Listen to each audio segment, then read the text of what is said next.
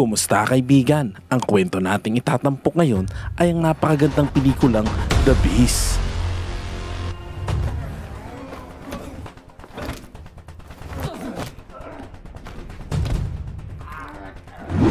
Nagsimula ang kwento sa pagpapakita kay Leonida.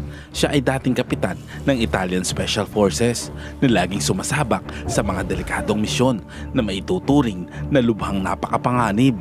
Nagawa niyang tapusin ang bawat misyon ng matagumpay. Subalit sa kanyang huling trabaho, nakaranas ito ng masakit na insidente na nagdulot sa kanya ng matinding trauma. Dahilan upang mangailangan siya ng regular check-up sa isang psychiatrist at mabigyan ng pampakalma upang maibsan ang kanyang depresyon. Isang araw, bumisita si Leonida sa paaralan upang makita ang kanyang anak na si Teresa. Pagkatapos, binisita naman niya ang anak na si Mateo na hindi pinansin ang kanyang presensya dahilan upang lumayo siya dito. Ilang sandali pa, makikita namang kausap ni Leonida ang kanyang asawa na si Angela tungkol sa problema ng kanilang mga anak. Matagal nang nakabukod ng bahay si Leonida, ilang taon nang nakakalipas. Mas pinili nitong mamuhay mag-isa kaysa makasama ang kanyang pamilya dahil sa pinagdaan ng matinding depresyon. Dahil sa kanyang hindi matatag na estado ng pag-iisip, nag-aalala siya na maaaring makapinsala ito sa kanyang pamilya kung sila ay magsasama-sama. Ngunit nangako naman siya sa kanyang asawa na babalik siya sa kanyang pamilya kapag gumaling na ang kanyang kondisyon. Nang gabing iyon, paalis si Angela ng kanyang bahay dahil mayroon itong meeting na kailangang daluhan. Bago ito umalis, sinabi niya kay Mateo na isama si Teresa sa kanyang pupuntahan at bantayan ang nakababatang kapatid habang siya ay wala. Ilang sandali pa, sinama ni Mateo si Teresa sa isang fast food restaurant kahit na ang gusto ng bata ay magpahatid sa bahay ng kanilang ama. Tumanggi si Mateo dahil ayaw nitong makita ang kanilang ama. Habang kumakain, nakita naman ni Mateo ang dalawang kaibigan sa labas ng restaurant at sinabihan si Teresa na maghintay lamang sa loob. Habang nakikipagkwentuhan sa mga kaibigan, tila nawala naman sa loob ni Mateo ang kanyang kapatid. Ilang sandali pa, bigla niyang naalalang naghihintay ito sa kanya sa loob ng restaurant, kaya't nagmamadali siyang bumalik sa loob. Subalit, pagbalik niya sa restaurant, nagulat si Mateo na wala na ang kanyang kapatid na babae. Isa sa mga waitress ang nagsabi sa kanya na isang lalaki ang kumuha dito, sakay ng isang sasakyan.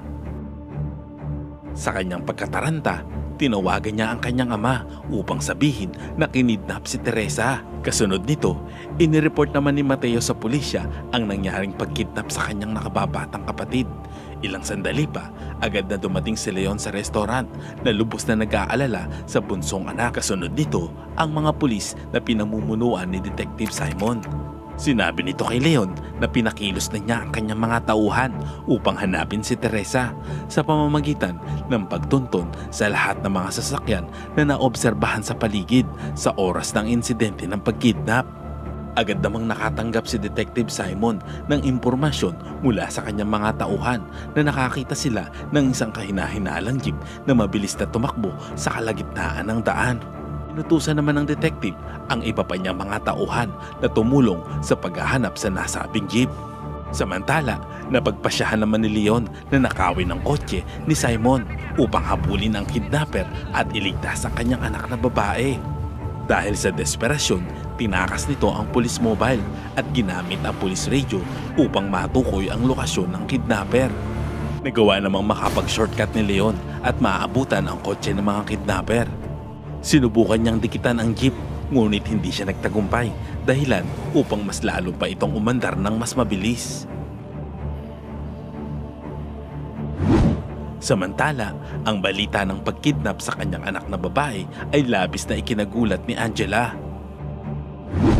Sinubukan naman ni Simon at ng kanyang mga tauhan na imbestigahan ang tunay na pagkakakilanlan ni Leon. Natuklasan nila na dati itong kapitan ng Special Force na nanguna sa digmaan upang tulungan ang gobyerno ng Estados Unidos sa Afghanistan. Gayunpaman, pagkatapos makumpleto ang huling misyon, nagkaroon ito ng psychological na karamdaman at humantong ito sa hindi matatag na estado ng pag-iisip. Iniisip ni Simon na ang dumukot sa anak nito ay malamang na isa sa mga kaaway ni Leon. Pagkatapos, inutusan niya ang kanyang mga tauhan na subaybayan itong mabuti upang matiyak na hindi ito makikipag-ugnayan sa anumang mga aksyon na maaaring maglagay sa panganib sa iba. Samantala, matapos mawala sa paningin ni Leon ang kidnapper, sinubukan niyang alamin kung nasaan ito sa pamamagitan ng paglapit sa isang drug dealer at umaasang makakuha ng impormasyon mula sa mga ito na karaniwang nakakaalam ng mga krimen na nangyayari sa lungsod.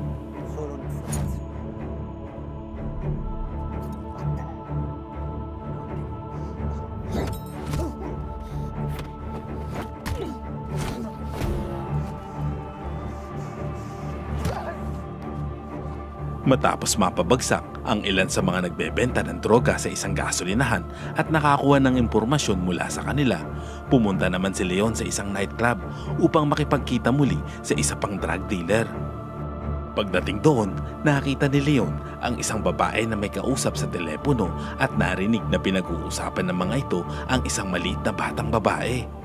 Agad namang naghinala si Leon kaya't sinundan niya ito hanggang sa makarating siya sa isang lokasyon kung saan sa wakas ay nakita niya ang nobyo nito na walang iba kundi ang kidnapper ng kanyang anak. Sa kanilang pag-uusap, natuklasan ni Leon na ibinenta pala ng kidnapper ang kanyang anak. Nasiyahan naman ng babae sa laki ng kinita ng kanyang nobyo. Dahil dito, galit na galit si Leon nang malaman ito kaya't hindi na siya nakapagpigil pa. Sinakal niya ang kidnapper at binugbog ito. Nang makita ng babae si Leon, agad naman itong nagtago. Nagawa namang saksakin ng kidnapper sa tiyan si Leon. Susundan pa sana niya ito ng isa pang saksak, ngunit mabilis na nilaslas ni Leon ang kanyang lalamunan. Sa kasamaang palad, nawalan agad ng buhay ang kidnapper kaya't wala siyang nakuhang impormasyon mula dito. Kung kaya't ginuha na lamang niya ang telepono ng kidnapper. Nagbabaka sakaling may makita siyang impormasyon mula dito. Agad niya namang hinabol ang babae, ngunit nagawa nitong makatakas. Sa ibang eksena, nagsagawa ng transaksyon sina Detective Simon sa isang mafia na kilala sa kanilang negosyo na human trafficking. Nagbabaka sakali sila na baka mahanap nila rito si Teresa. Nagpanggap sila bilang mga buyer. Gayunpaman, nalaman ng mga mobster ang pagdidisguise ng kanyang mga tauhan kaya't nagkaroon ng matinding shootout.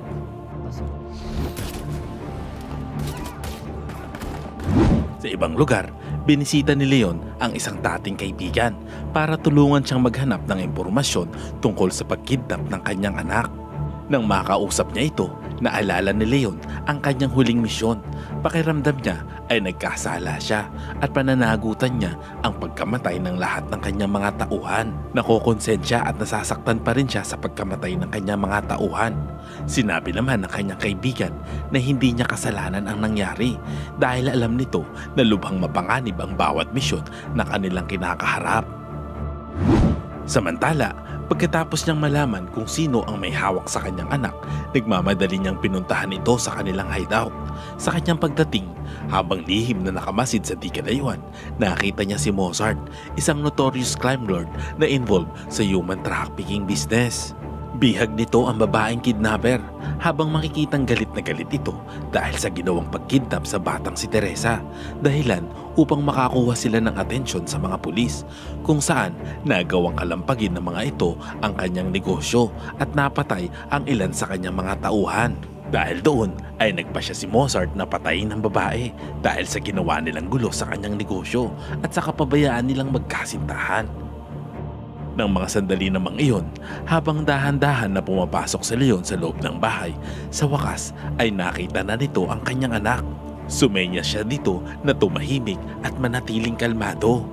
Gayunpaman, nang malapit ang iligtas ni Leon si Teresa, nahuli siya ng isa sa mga tauhan ni Mozart at agad niyang tinawag ang isa pang kasama nito upang kuhanin si Teresa. Dito ay nagsimula na makipaglaban si Leon sa kanila. Isa-isa nitong pinatumba ang mga tauhan ni Mozart.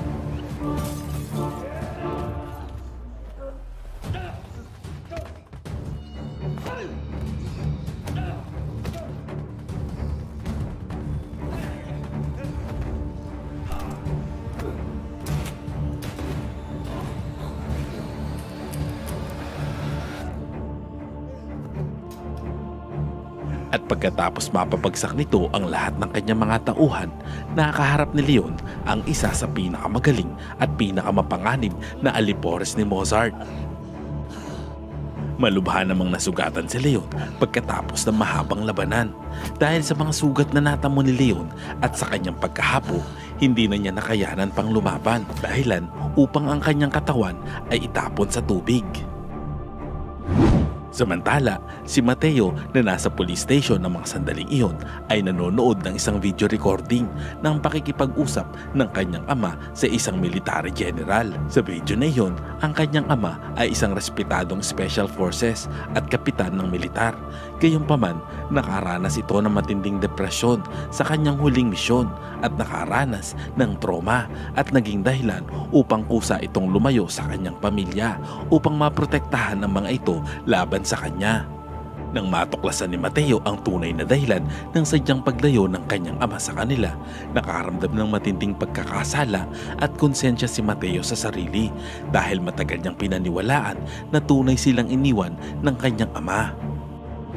Kinabukasan, binisita ni Mateo at ng kanyang ina si Leon sa ospital na kasalukuyang ginagamot ng mga oras na iyon. Nakita ng mga pulis si Leon na buhay pa noong sila ay lumusob sa hideout nila Mozart, ngunit hindi na nila inabutan pa ang mga kalaban doon. Samantala, pinuntahan ni Mateo sa treatment room ang kanyang ama upang kamustahin ito. Ilang sandali pa, inutusan ito ni Leon na gamitin ng clip sa nameplate para mabuksan ang kanyang bosas. Palabas na sana si Leon, ngunit biglang pumasok ang isang pulis. Ngunit agad na kinuha ni Leon ang baril nito at inutos dito na makipag-ugnayan sa kanyang punong tanggapan at imbestigahan ang lahat ng asset na pag-aari ni Mozart. Naisip ni Leon na malamang ay nagtatago si Mozart sa isa sa kanyang mga ari-arian. Nang malaman na may abandonadong skyscraper ito, naisip niya na doon tinatago nito ang kanyang anak. Pagkatapos, inihanda niya ang kanyang sarili at agad na pinuntahan ang lugar gamit ang isang sasakyan. Habang siya ay nagdadrive, bigla niyang hininto ang sasakyan sa kalagitnaan at ibinaba si Mateo. Binili niya sa kanyang anak na maghintay na lamang ito sa kanilang bahay.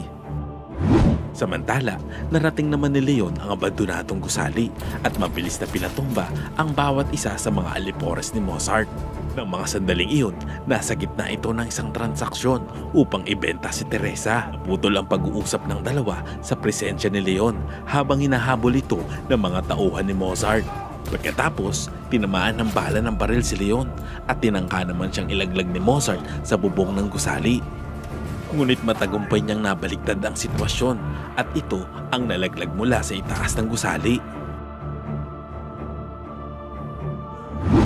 At sa wakas ay natagpuan ni Leon ang kanyang anak na babae na nakahiga sa isang sulok habang ito ay nangihina. Kukuhanin na sana niya ito upang iligtas, ngunit biglang dumating ang mga katransaksyon ni Mozart. Pagkatapos ay tinutukan siya ng baril ng mga ito. Mabuti na lamang at dumating si Simon at napabagsak niya ang mga ito. Nang maayos na ang lahat, ipinadala agad ni Simon si Teresa sa ospital upang ipagamot. Nagpasalamat naman si Leon kay Detective Simon sa ginawang pagtulong nito sa kanila. Sa wakas ay nakita muli ni Teresa ang kanyang pamilya.